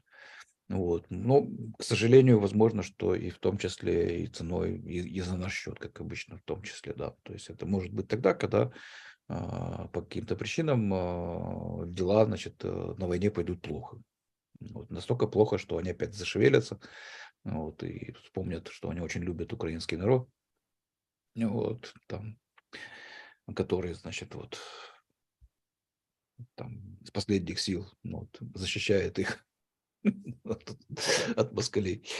Вот, и тогда могут, но вопрос просто в том, насколько может ли этот самый украинский народ достаточно поумнеть в итоге для того, чтобы сделать выводы из этого всего. Ну вот. Тут, если же еще расчет, еще вот на что идет, что не дать прийти в себя. То есть они действуют так, чтобы люди не пришли в себя, да, то есть вот все вот эти вот и в мире в том числе, вот, то есть это все как бы идет в рамках одной и той же движухи, то есть нам кажется, что у нас тут одна какая-то изолированная, значит, область, свои какие-то отношения с Россией там и так далее, нет, это все, ну, идет в рамках одного процесса.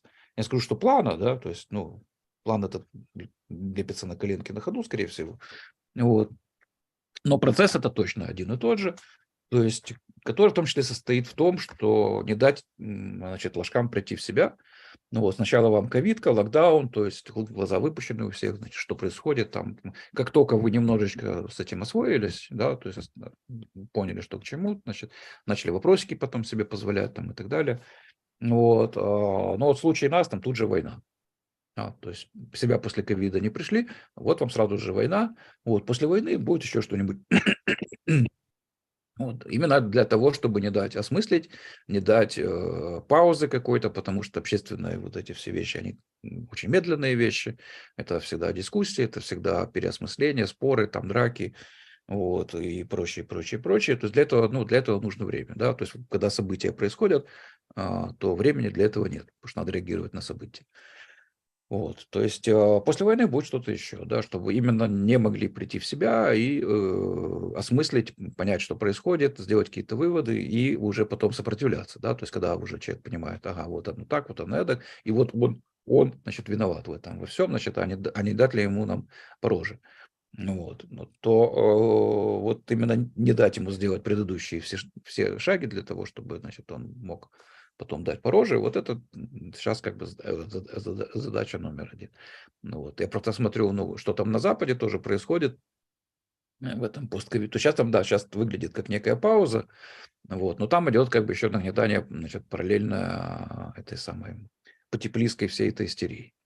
Вот, то есть там есть война, то есть, да, там тоже Путин виноват, потому что там инфляция, вот, все списываем, значит, на Путина, все, что происходит, вот, устраиваем потеплизм, то есть, ну, там идет борьба, вот, ну, допустим, там в Голландии там ликвидируют конкретно фермеров, например, да, то есть происходят очень жесткие и серьезные по последствиям вещи, вот, потому что маленькая Голландия там является, я уже не помню каким, но где-то там в первой пятерке, значит, лидеров по экспорту продовольствия, на секундочку. Ну вот, то есть мы ликвидируем сейчас продовольственную как бы базу овощехранилища нашего мира. Вот. И так никто об этом не пишет ничего. А вот те люди, которые протестуют против этого, это, конечно же, агенты Путина. То есть Путин для чего нужен? Чтобы все, кто протестует против вот этих вот идиотов, значит, там было на кого, значит, это дело повесить. Вот есть товарищ Путин, который хочет быть на самом деле таким человеком тоже. Ему это тоже нужно для его внутренней пропаганды. Вот, что он вот такой, значит, дает пиндосам прикурить. Вот, он это не отрицает, да, и как бы прекрасно они вот в этом симбиозе, значит, себя чувствуют, и вот это вот все происходит и нарастает, важно, да, то есть мы должны понять, что они будут пытаться делать все, чтобы мы в себя не пришли и не переосмыслили, вот, и если этой паузы не будет, то, ну, вот они рассчитывают на то, что там к 2030 году у вас ничего не будет, вы будете счастливы, то есть вот примерно вот так вот сейчас все идет, то есть вот мы устанавливаем глобальный тоталитарный режим, по китайской модели. То есть дружба, на самом деле, с Китаем это как бы не просто так. Вот, связи Демпартии США с Китаем это тоже не просто так. Вот, это все как бы элементы одной как бы системы, ну, тотального контроля, которую они совершенно разумно понимая, что если им удастся это сделать в мировом, что называется, масштабе, то это им удастся сделать навсегда, как они думают, да, ну, по крайней мере, на очень долго, потому что не будет никакого объекта для сравнения, да. Ну, то есть одна из причин, допустим, массовой вакцинации была именно в том, чтобы не было людей невакцинированных, и чтобы нельзя было сравнить значит, результаты эпидемии с вакцинацией без нее. Да? То есть нет контрольной группы, ну, значит, все. А как вы? А как вы? Вот скажите, что было бы так, мы не знаем как, потому что контрольной группы нет, мы все, значит, вакцинировали, ля-ля-ля. Вот, поэтому, значит, вакцинация была хорошая. Вот так. А вот попробуйте доказать. Не можете доказать. Вот и все. Вот.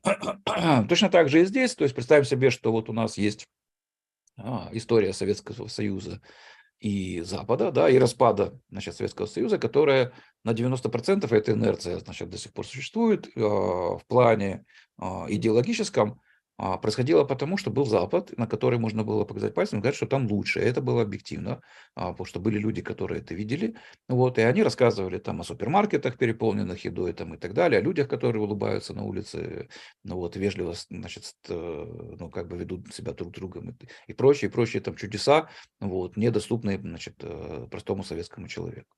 Вот, поэтому представьте себе, что та же самая ситуация, один большой глобальный Советский Союз и никакого Запада нет. Вот. И этот Советский Союз, да, он будет загнивать, безусловно, он будет становиться хуже, но некуда будет показать пальцем. Да, некуда будет показать пальцем, соответственно, люди будут думать, что так оно и так и надо, так везде. И это действительно, да, будет так везде, везде будет одинаково плохо. Вот, и везде будет одинаково становиться хуже, включая и элите, которая будет беднеть тоже. Но для них главное быть элитой, как бы, а не... То есть для них главное как бы относительный, а не абсолютная величина богатства, да. То есть не важно, чтобы был разрыв вот с этим плебсом, вот, чтобы они чувствовали себя, значит, крутыми перцами.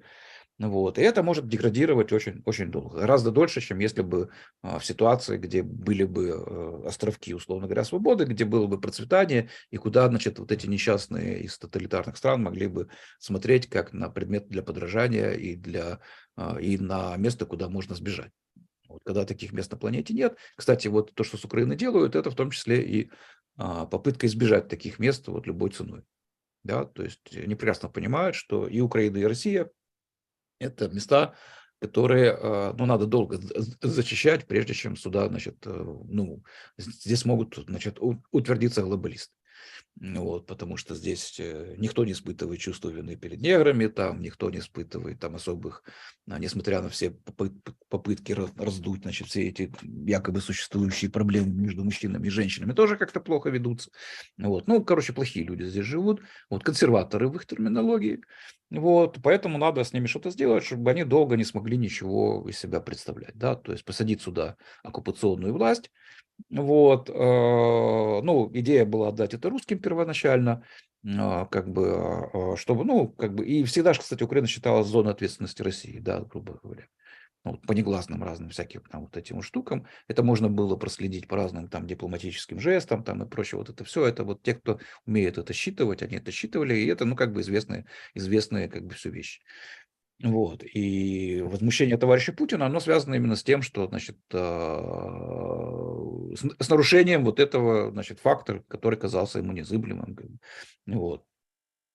Ну вот они решили теперь, что раз мы России это не отдаем, ну вот раз уже тут украинцы сопротивляются, не хотят, то мы теперь, значит, будем тут полностью уже контролировать это дело.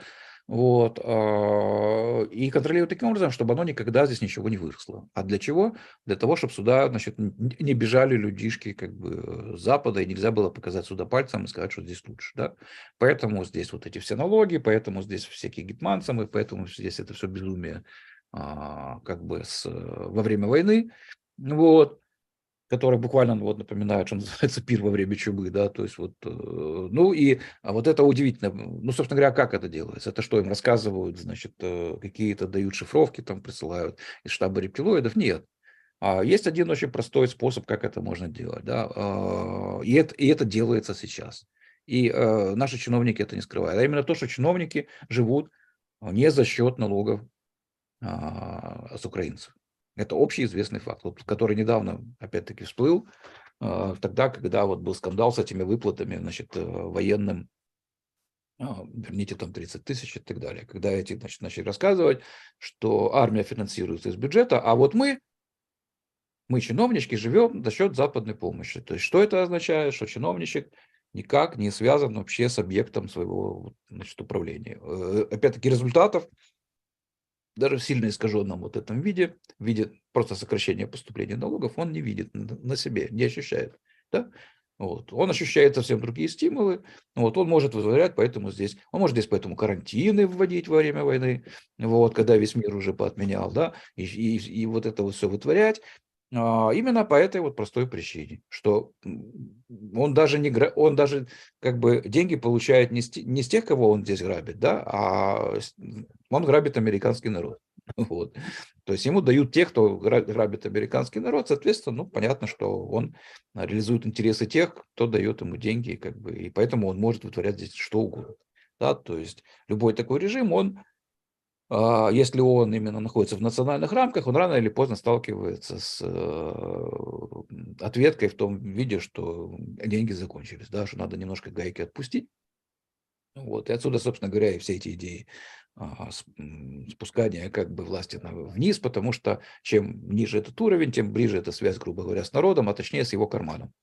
Вот. Если все решения принимаются внизу, то они принимаются из расчета на действительно состояние кармана, значит, налогоплательщика, и поэтому это и вот как бы вот ограничивает всю эту борзость всех этих решений. Вот. А когда они находятся где-то там наверху и еще платят из Вашингтона за это, ну, тогда, конечно, никакой обратной связи нет, можно вытворять все, что угодно. Вот. Это, собственно говоря, и происходит, то есть происходит такая как бы зачистка территории, вот. С одной стороны русские, с другой стороны эти как бы, то есть это, ну, на самом деле это враги все, да, то есть мы должны понимать, что для украинцев это враги. Это, ну, я даже не скажу, что это внутренний враг, вот это наше государство. То есть понятно, что оно как бы здесь внутри, поэтому, но оно еще и финансируется как бы оттуда. Вот. То есть, если бы они этого не имели, да, то есть на самом деле, по-хорошему, задача западных либертарианцев, если мы продолжим как бы в следующий раз об этом, состояла бы в том, что, и это была бы правильная либертарианская позиция, что Украине надо помогать оружием, а не деньгами. И деньги украинскому правительству давать ни в коем случае нельзя. И я в этом смысле как бы солидарен. Да, именно по той простой причине, что украинское правительство становится тогда независимым полностью от своего налогоплательщика. Вот. И может здесь крутить так, как оно крутит. Ну, кстати, в Киеве же новые правила. Теперь в случае тревоги автобусы, троллейбусы и трамваи людей не выпускают, а везут к ближайшему убежищу, туда, куда они посчитают. То есть выйти на остановке нельзя, тебя просто куда-то увозят и все. И ты возле к месту, где считается, что есть убежище. Ну, то есть непонятно куда, там, видимо, будут каждый решать. Там в правилах, кстати, Кличко так и не прописали, что они имели в виду. То ли до ближайшего подземного перехода, то ли вообще в лес, не знаю. Ну, в общем, куда-то будут всех вести. Ну, все, наверное, будем сегодня заканчивать. Может быть, мы говорим банальные вещи для нас, но, видимо, придется все время повторять и возвращаться к тому же и к тому же, потому что действительно тут нам еще бандуры в руки, будем под музыкальное сопровождение это все рассказывать. Или будем какой-то формат ТикТока, каких-то девушек надо приглашать, чтобы они танцевали по то, что мы рассказываем, чтобы это каким-то образом доходило. Ну, такая жизнь. Ну, может быть, до этого, конечно, мы не опустимся, но будем что-то думать, будем менять как-то форматы и куда-то двигаться так, чтобы это было более интересно и больше людей смогло это посмотреть. Ну, если это, конечно, кому-то интересно. Все, сегодня мы заканчиваем. Спасибо большое, Владимир. Конечно, 1,5 часа для нас мало, мы могли бы еще много говорить, но просто, ну, видимо, будем делать чаще, но короче. И тут спрашивают, будет ли продолжение про Ирландию лекций. Ну, наверное, не продолжение. Ну, именно про ирландскую безгосударственность. Ну, это, я так понимаю, что это отсылка к спору, который идет в группе либертарианской, где человек пытался спорить, что в Ирландии не было никакого свободного общества. Ну и поэтому люди просят больше поговорить про Ирландию средневековую. Ну, Ну, может быть, там к этому и есть вернемся. старая лекция, есть, собственно говоря, там особо добавить нечего. Спор просто на самом деле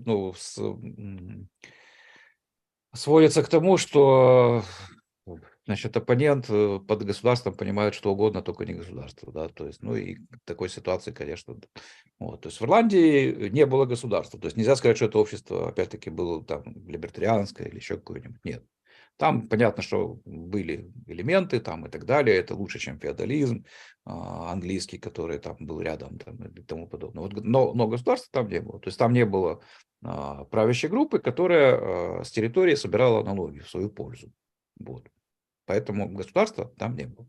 Да, там была наследственная аристократия, вот, была очень интересная вот эта вот ранговая организация общества, но именно государства в Ирландии не было. Ну, Ну и мы это все время... причина, опять-таки, возвращаясь к войнам, того, что они так долго, значит, смогли сопротивляться Англии, вот, при, ну, крайне меньших, скажем так, ресурсах. Вот. И мало того, что это чуть ли не единственная страна, которая отбилась от викингов, да, то есть, потому что викинги с 8 века гуляли по Европе как хотели, ну вот, и, собственно говоря, вот эти вот все европейские государства, ну, часть из них это государства, основанные так или иначе викингами, ну, вот, включая там Нормандию, включая, значит, переинсталляцию Англии, той же, да, значит, Вильгельмом Завоевателем, который, ну, собственно говоря, Норман, да, Норман это кто? Это потомки вот этих вот самых викингов. Вот, ну и по Англии они гуляли еще и будучи викингами, как хотели, а вот с Ирландией у них обломилось, значит, потому что там была децентрализованная система, вот, и непонятно было, откуда прилетит, грубо говоря, да. То есть чем хороша централизованная система, что там можно победить, там, допустим, короля победил, и все. Вот, и имущество его переписал на себя. Ну, вот, а когда система децентрализованная, ты короля победил, а имущество переписать не можешь, потому что оно ему не принадлежит. И когда ты приходишь, говоришь, это теперь мое, люди тебе крутят дули и говорят, не, это не твое, нифига, почему оно твое? А я победил вашего вот это, ну и что? Вот, поэтому, значит, когда, ну, а когда люди уверены в этом, да, это же не просто, что они там, значит, они же знают, они живут по этому праву, вот, поэтому с ирландцами у них не вышло, они там закрепились только на уровне Дублина, вот Дублин, кстати, никогда не был ирландским, норманами, вот, такой анклавчик, и там Лимерик, чуть, по-моему, севернее он находится тоже, значит. Вот, во всей остальной Ирландии они так и не закрепились, их оттуда поперли в итоге. Вот, но поэтому вот это вот то, что можно добавить в плане там войны и прочего, и прочего, прочего, да. И тут опять-таки терминология очень важна, да, потому что историки, у них, ну, они не знают, что такое государство, они все, что видят, где они видят хоть какую-то организацию, они это сразу же называют там государством, например, да. Вот. А англичане назвали ирландских вождей королями. Почему? Потому что им надо было как-то, значит, вот свою терминологию, да, чтобы понять для себя, для СМИ, кто это, да. То есть вот ходит какой-то человек, там на него все показывают. Вот это, наверное, король. На самом деле это военный вождь. То есть королей в Ирландии не было. То есть у них были права военных вождей у этих людей. Вот, они там не владели этими землями и так далее. У них, естественно, своя земля была, это был самый высокий статус король. Вот, но это были не короли. Да, то есть они не могли решать эти все дела, связанные с тем, что кто кого победил. Если кто-то кого-то победил, то теперь это его земля. Вот, потому что земля была не их. вот как минимум, да. Ну и, собственно говоря, этого короля, во-первых, его избирали, вот, ну, правда, из членов семьи, вот этой вот, да, но тем не менее это была выборная должность, и во-вторых, ее можно было потерять. То есть это как у любого статуса в Ирландии, ранга, точнее, у него были критерии, условно говоря. То есть ты можешь называться кузнецом, если ты можешь там сделать какие-то такие вещи. Это право так работало. Да? Ты можешь называться там, к примеру, владельцем таверны, это будет твой ранг, если ты сможешь накормить столько-то там людей. Да? Ты можешь называться королем, если ты, например, не убегаешь с битвы. Если ты с битвы убежал, то ты больше не король. Все. То есть на этом твоя, ну и там другие, значит, критерии, включая неурожай, например. Это твоя, значит, королевская вот обязанность, значит, там гарантирует. Вот если неурожая нет долго, то все, плохой ты король, значит, давай-ка мы теперь другого. Вот. Ну, это понятно, что это как бы еще, ну, родоплеменные вот эти вот все вещи, связанные с жрецами и вождями. Вот. Но, тем не менее, это все были элементы права, да, и к феодальной системе они никакого отношения не имели. Вот, государства, еще раз говорю, поэтому там не было. Вот, была вот такая вот своя вот эта вот ирландская система, вот, которая, опять-таки, когда говорят, путают разные вещи. Когда говорят, что ну, вот это было какое-то такое особое там общество, да, и оно типа вот такое было там великое, там выдающееся. Это одно утверждение, а второе утверждение, что там не было государства, но это два разных утверждения. То есть если у вас нет государства, это еще не значит, что у вас совсем все хорошо, и вы там как бы процветаете. Хотя Ирландия на самом деле ну, была довольно процветающим, как это ни странно, обществом. Вот, просто позднейшая историография, которая как бы стерла это все пользу, скажем так, ну, победившей силы, да, то есть протестантизма английского конкретно, это очень важно, потому что там еще религиозный фактор играл огромную роль. Вот, собственно говоря, и причиной того, что с Ирландией в итоге разобрались, был в том числе, ну, в поздние времена, был в том числе и религиозный этот вопрос, потому что решались эти все проблемы внутри Англии, и они так или иначе были завязаны, оказались завязаны на противостояние католиков и протестантов. Соответственно, это имело и внешнеполитическую окраску, потому что католикам помогали французы и испанцы. Откуда эта вся, значит, армада, значит, непобедимая, откуда эта вся Елизавета, последняя, значит, которая, собственно говоря, положила край, значит, ирландской независимости. Ну вот. Откуда Кромвель там со своим, значит, походом опять-таки в Ирландию, потому что все эти католики бежали в Ирландию, там собирали войска и возвращались обратно, значит, воевать в Англию. То есть Ирландия стала элементом внутри политической борьбы в Англии. И это, собственно говоря, ее и, значит, погубило в итоге. Да? То есть если бы этого момента не было, то есть если бы, например, ирландцы были протестантами, ну, то, возможно, никогда не было бы никакой, значит, оккупации этой Ирландии, никакой, значит, вот всей этой возни, вот, и этой всей, значит, вековой вражды между ирландцами и англичанами. Да, то есть это просто один простой момент бы сменился, вот. Да, была бы возня там вокруг там колонистов, там Ольтера, Дублина и так далее, вот, но вот всего остального не было, да, то есть вот поэтому вот такие интересные, значит, исторические всякие вот сюжеты, но еще раз говорю, то есть мы не должны думать, что отсутствие, значит, точнее, другая организация общества, чем которая была бы с государством, есть обязательно там манна небесная и что-то вот такое, значит, нет. Да, то есть, ну, возьмите эту Ирландию, посмотрите на нее, область, ну, малопригодная для земледелия, да, а тогда мы понимаем, что это, ну, как основной источник дохода, основной источник не тоже дохода, а для того, чтобы прожить можно было, да, вот, продуваемая ветрами, там, с ужасным климатом, там, и так далее, то есть, ну, для тех технологий, ну, условно говоря, сделать здесь какое-то процветание, ну, и со слабым, опять-таки, мореплаванием, потому что моря мало судоходные, с одной стороны Атлантический океан, с другой стороны вот эти вот внутренние вроде бы должны быть спокойные, но на самом деле нет. Моря между, значит, собственно, значит, Британией и Ирландией, вот, то есть могла бы вроде бы стать центром торговли, да, но это если бы это было Средиземное море, а не вот этот вот весь ужас с этими огромными волнами там и так далее, и так далее, и так далее. Ну вот, поэтому тоже здесь, ну, короче, крайне неблагоприятные там географические условия, вот. Но это была, ну, скажем так, свободная страна, где вот, скажем, ну, вот, условно говоря, это вот такой Шир Толкина, да, вот если Шир Толкина был, то он был вот чисто в Англии, ну, а в Ирландии вы бы его встретили, значит, гораздо чаще, да, то есть это сельскохозяйственные вот эти вот коммуны, вот, которые, значит, живут своим трудом, там у них там своя, значит, внутренняя какая-то жизнь интересная, но они не строят пирамид, вот, они не запускают ракеты в космос, ну, и так далее, и так далее, и так далее. То есть, да, для меня это, например, я бы хотел в таком месте жить, потому что оно мне нравится, оно мне понятно, да, то есть, и тут нет никакой несправедливости такой, которая была бы зашита в систему, как в случае государства, где-то несправедливость существует на уровне системы, да, то есть, может быть, конечно, ее сколько угодно и так, вот, но в случае государства она вшита прямо вот в систему, то есть, каждый твой вдох, так сказать, и любые твои взаимоотношения, значит, с вот этими государевыми людьми. Вот, ну, собственно говоря, можно, наверное, добавить по поводу Ирландии, ну вот, потому что там, ну, давать какие-то ссылки и так далее, я ссылаюсь направо. Вот, у меня там лежит эта книжка по ирландскому праву, вот, никакими анкапами, никакими либертарианцами не написана, написана она, значит, вот людьми, которые изучают древнее старинное право. Вот. И там, значит, вот этот вот сборник правовых вот этих вот всех норм. Вот, к счастью, ирландцы свое право записывали, это право до нас дошло, вот, частично, не все, но дошло. Ну, и поэтому мы можем судить и делать выводы. Королей в этом праве нет, короли там законов никаких не издают, они присутствуют там только как ранг.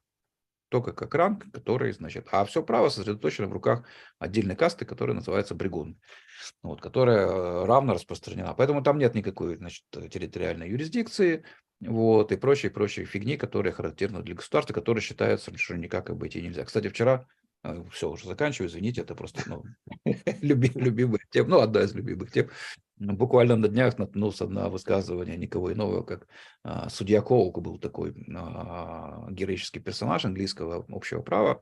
Те, кто интересовался общим правом английским, они, конечно, его знают. Вот, который сделал, ну, как бы очень много полезного, но сделал и некоторые плохие, значит, в итоге вещи. Вот, среди прочего, вот наткнулся на его высказывание в ходе дебатов. Я так понимаю, это то ли накануне, то ли уже во время вот этой вот славной революции, то есть Вильгельм Оранский, вот эта вот вся тема. Вот. По поводу суверенитета. Суверена и суверенитета.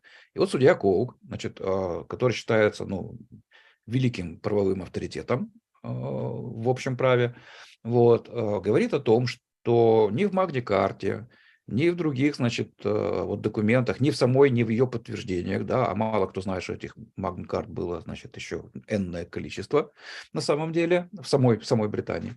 Вот. Ни в ее подтверждениях нет никакого суверена.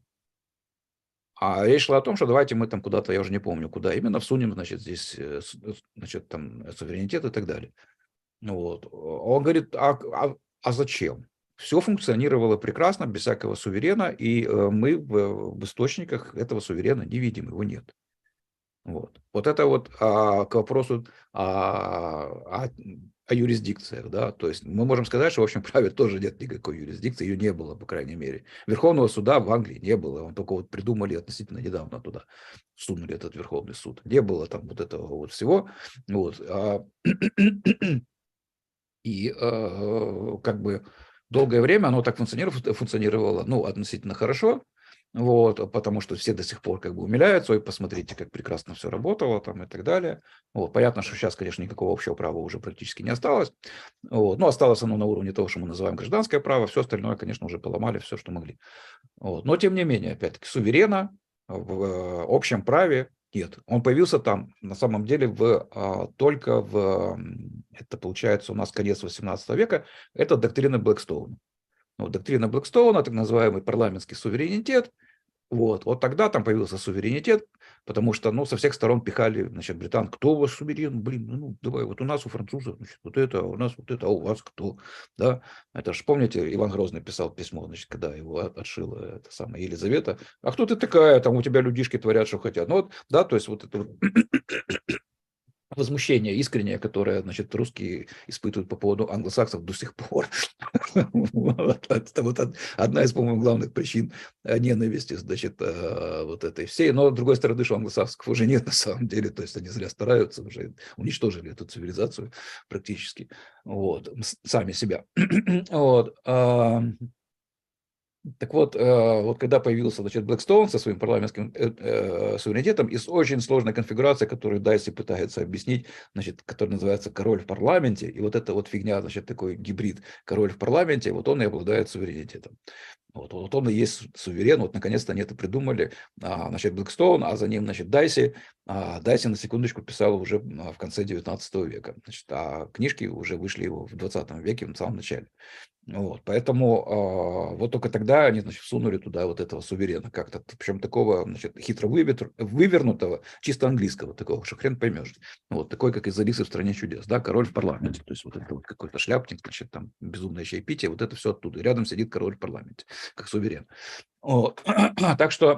Так что, друзья мои, с этим делом, ну, с одной стороны, не так все просто, с другой стороны, все достаточно просто. То есть просто надо понимать, что такое государство. Да? То есть если у вас нет устойчивой группы, которая устойчиво на некоторой территории собирает, значит, принудительную дань в свою пользу без всякого договора, а здесь мы должны сказать, что в ирландском обществе все, что происходило в рамках договора либо прямого, либо имплицитного, который следовал из своего ранга. Вот, там, ну, это долго можно рассказывать, то есть недоговорных вот этих вот отношений, то есть произвола, грубо говоря, а налогообложение – это произвол, это отсутствие договора.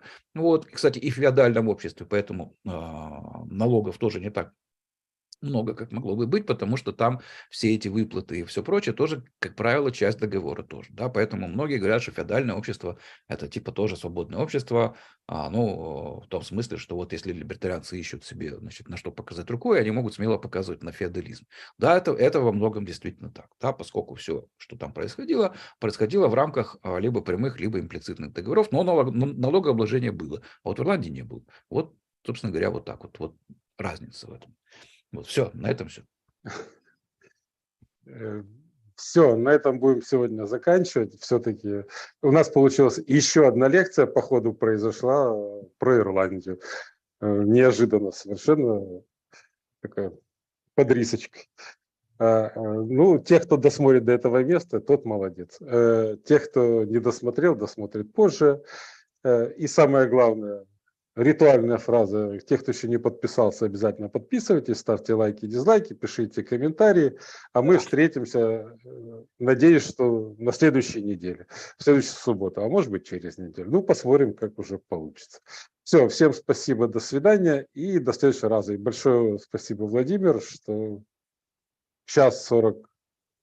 1 час 40 минут мы проговорили, совершенно незаметно для себя, используя для окружающих. Всем спасибо, еще раз до свидания. До свидания.